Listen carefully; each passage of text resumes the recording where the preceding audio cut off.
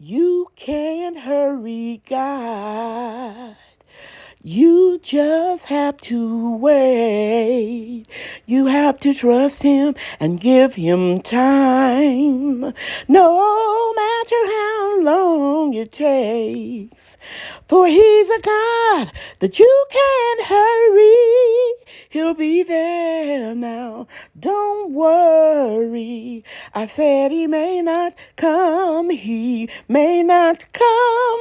He may not come when you want him, but I know. I said I know. I said I know that I know that I know that I know my Lord's on time.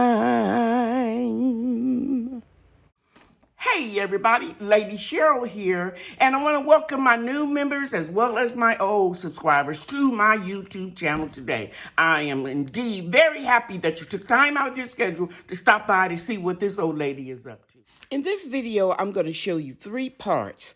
In the first part, I'm going to share with you how Brian and Bria, my gardening grand angels, harvested apples with me. And then I'm going to share with you my seed start, set up that inside my home because it's just too hot to start seeds outside in North Texas. And last but not least, I'm going to share with you a beautiful birthday surprise and how I am working on this raised elevated garden bed. Okay, let's get started. Good morning, everybody. My grand angels, Brian and Bria. You want to say hello? Hi. We are harvesting apples and just the remnants of the elderberries. Brian is freaking out over a bee because he got stung by a wasp. Okay, but that's a big apple, Bria. Show him how big. Hurry up, Bria. Show him how it is. Okay. All right. That's the biggest one you can find, Brian? Yeah. No, it's something down here that are much bigger. Let me go in closer, guys, so you can see them.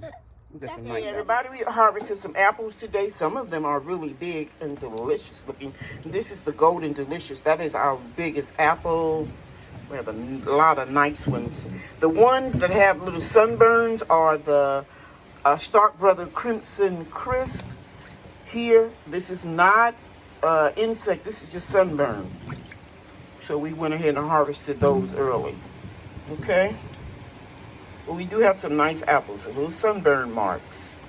But the best ones are the Golden Delicious, and that's the tree that's in the ground. If I get another apple tree, this is the tree that I would get. Golden Delicious apples today. Golden Delicious, here's our biggest one today.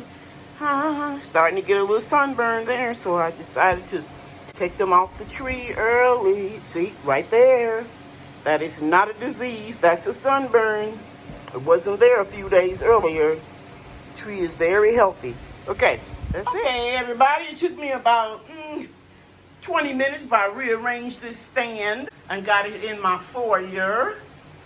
And everything has sprouted or germinated. So I got everything all on these first 2 shelves with my little shop lights that I use for grow lights.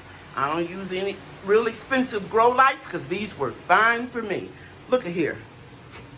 Look at that. What you talking about? I always plant more mustard spinach and collards. I put more than 1 seed in. And then I'll thin them out to about 1 or 2. But everything is looking good. The seeds that I'm familiar with that don't need to be planted densely, I just put 1 seed. Again, these are purple top turnips. I would thin them out as they get bigger when they're in the ground. Well, it's the next day. It occurred to me that I need to share a few things about my seed starting setup in the house with my newbie gardeners. The reason why I put this shelving unit here, and now I'm going to demonstrate it for you, is because I can take this light switch here and 1 click of that light, everything is turned off at night. And then that's just the way it's wired in my home, that I can have a cutoff switch for a couple of plugs. And another thing I thought I need to share with you is the fact that some of these seeds and are now seedlings. For example, these golden beets, the seed comes in like a cluster when you let them go to seed and you harvest the seeds and save them. It's like a little cluster ball. So you could plant one little cluster and then get a lot of sprouts. What I will do is eventually I will just snip what I don't want. I'll keep at least 2, and then I'll thin them out as they get some size when they're transplanted into a raised garden bed or a grow box. But I don't want you to think that I planted, for example, right here, I dropped 1, 2, 3, 4, 5 seeds. No, it was either 1, possibly a mistake, maybe 2 clusters, but I'm pretty sure I only dropped 1 cluster. So yes, it'll come like a little ball, okay? And that happens also with your beets, your pak choy, your Swiss chard. You'll just learn and you'll know. Like right here, this is a Detroit red beet. And you see 2 seedlings up there. It appears to be 2, but it's not. It's just 1 little cluster. Okay?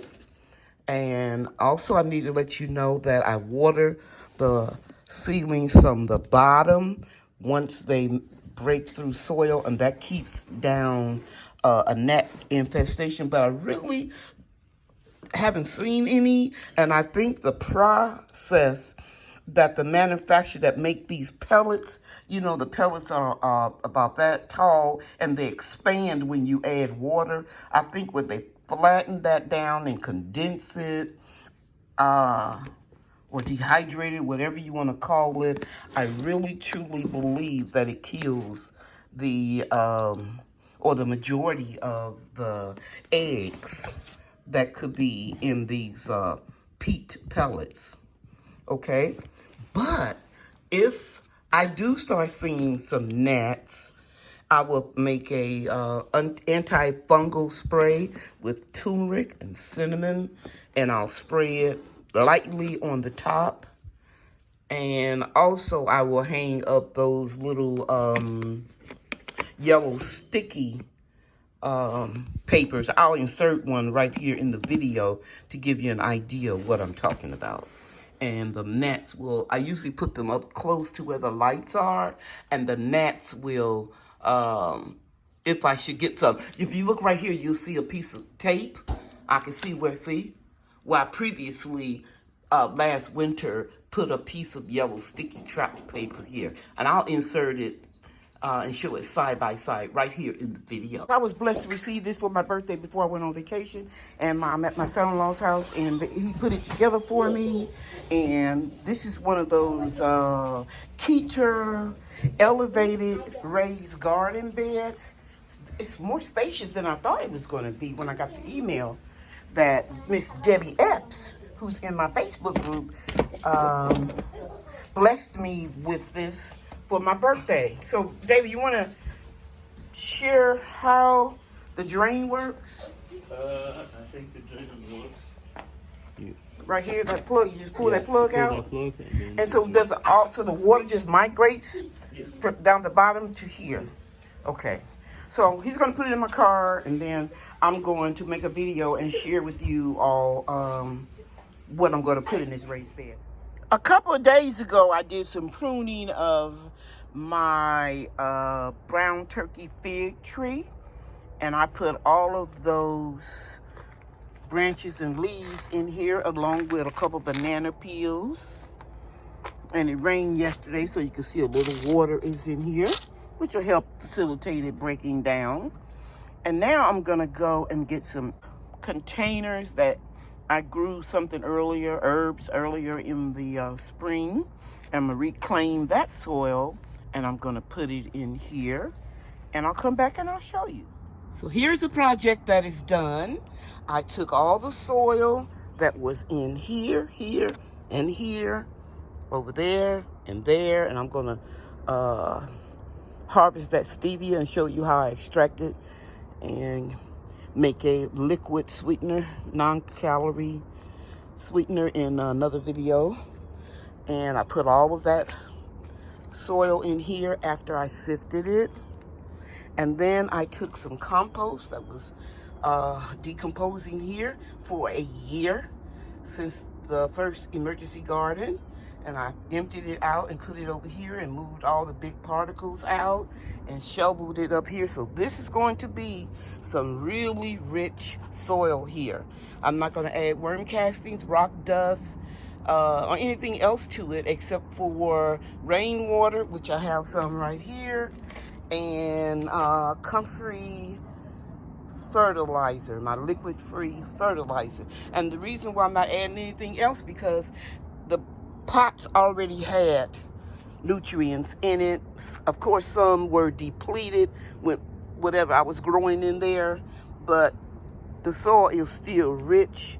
I see a little peel bug here. I used to couldn't do this, guys.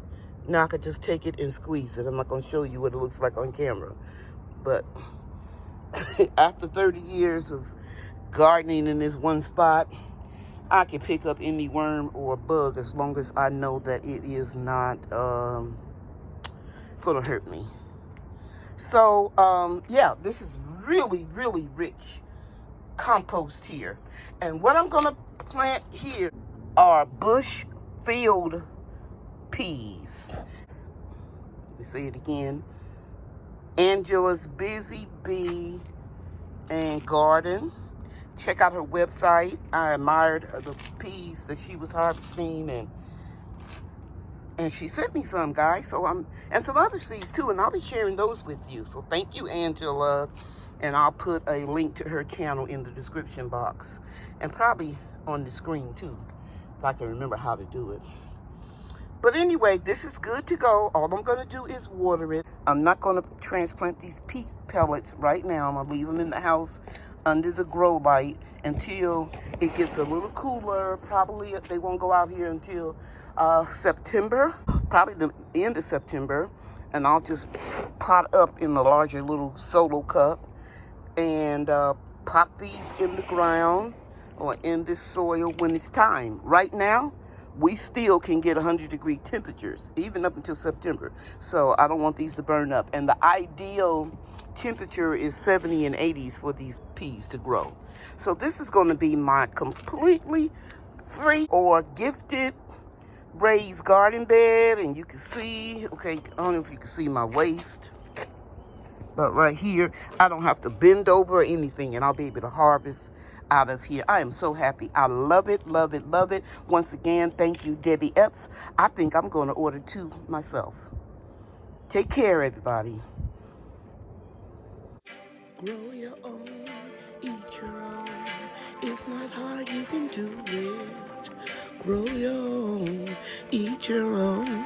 It's not hard, you can do it. Yeah, yeah.